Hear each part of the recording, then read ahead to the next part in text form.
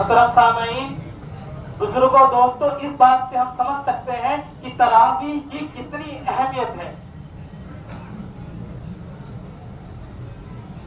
اور احادیث سے معلوم ہوتا ہے کہ مکمل قرآن کو سننا یہ ایک الگ سنت ہے، اور مکمل تراویح کو پورے رمضان پڑھنا یہ الگ سنت ہے۔ ہم نے اب جو ہماری مکمل ہوئی ہے، قرآن مکمل ہوا ہے، یہ ہماری ایک سنت مکمل ہوئی ہے۔ اس سے ہم ہرگز یہ نہ سوچیں اب تراویح کا وزن ہمارے سروں سے ہٹ گیا، یا ہم سوچیں کہ ہم نے پڑھ لی 10 دن کی اب ہم نہیں پڑھیں گے، ہرگز نہیں۔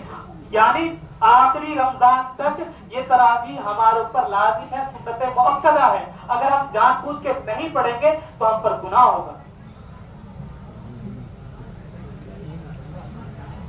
مکمل ہوئی ہے قرآن کریم، ایک ایسی عظیم الشان کتاب ہے، ایک ایسی عظمت والی کتاب ہے جس کے بارے میں قرآن مجید میں دیگر مقامات پر بڑے فضائل آئے ہیں۔ ایسی ایسی آیتیں آئی ہیں کہ اگر خدا کی قسم ہم پڑھ لیں اور سمجھ لیں تو ہماری روح کانپ جائے۔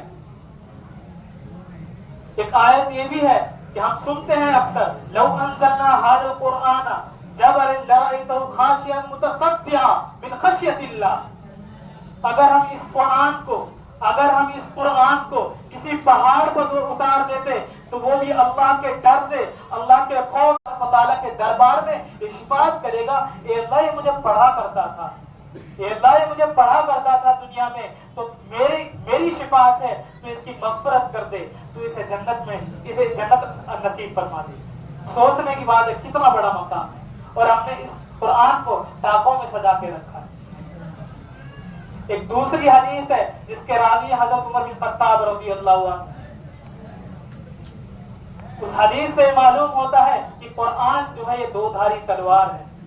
ایسا نہیں ہے کہ قرآن سے صرف فائدہ ہی ہوگا، اور اگر ہم نے قرآن کی ناقدری کی، یعنی ہم نے گھر میں رکھا پڑھا نہیں اسے، فضیلت معلوم ہوتی ہے قرآن کے ایک ایک لفظ کا، ایک ایک لفظ میں، قرآن کے ایک ایک حرف میں کتنی زیادہ طاقت ہے، کتنا زیادہ وزن ہے۔ اللہ کے رسول صلی اللہ علیہ وسلم نے فرمایا، من قرأ حرفا من کتاب اللہ، جس شخص نے کتاب اللہ کا، قرآن مجید کا ایک حرف بھی پڑھا، فلہ حسنہ، اس کے لیے ایک حسنہ ہے، ایک نیکی ہے، اور وہ نیکی کیسی ہے؟ عشرۃ امثالھا، وہ نیکی 10 نیکیوں کے برابر ہے۔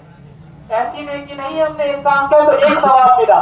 قرآن کا ایک لفظ پڑھنے کا مطلب ہے ہمیں 10 نیکیاں مل رہی ہیں، اور اگر